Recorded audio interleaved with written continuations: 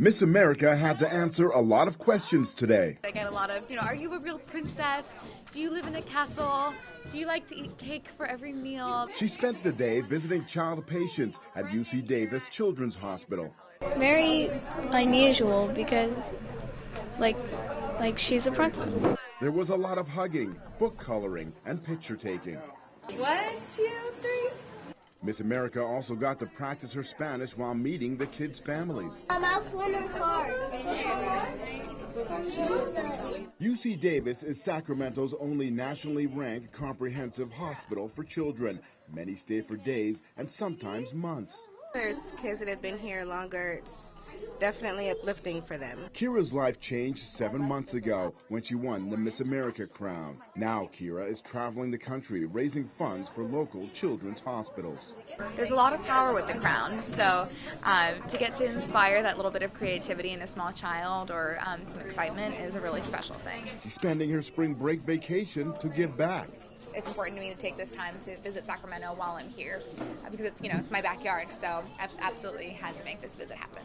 Kira's mother, always by her side, says she's proud of her daughter's accomplishments. It's been outrageously not even in my dream. I didn't even believe it could happen. But for Kira, the work after winning the crown has been the most rewarding. It's been the best part about being Miss America. It's absolutely life-changing. It puts things greatly into perspective. On the south end of El Camino High School's campus, somebody went on a vandalism spree. Last night between 1 and 2 a.m., it appears we had some vandals on campus, broke out approximately 53 windows. Everywhere you turn, windows are shattered along hallways, bathrooms, and classrooms. I have first period right there, and there was 3 windows busted, so we cleaned up glass. Some almost entirely gone. Others have small holes punched in them. I have pride for my school, and this is not what I think if it's somebody that goes here, this is not how you have pride for your school. Students helped clean up the mess this morning as the school district's carpenters and glazers tallied the damage. Repair costs will be in the thousands. You have staff time, you have the actual money to replace the windows, and then you have a lot of people trying to figure out what happened and make sure that those people who did it are held accountable. Surveillance cameras caught the vandals at work.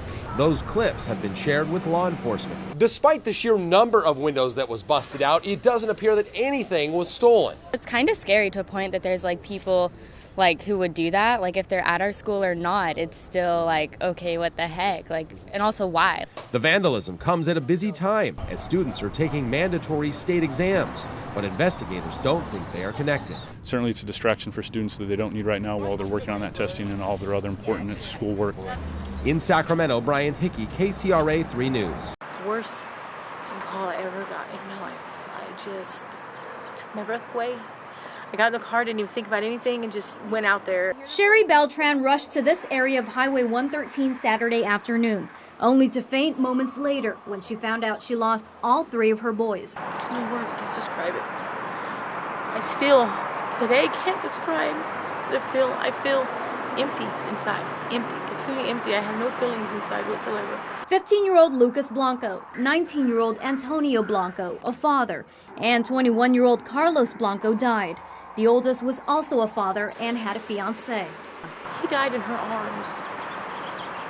She ran over to talk to him.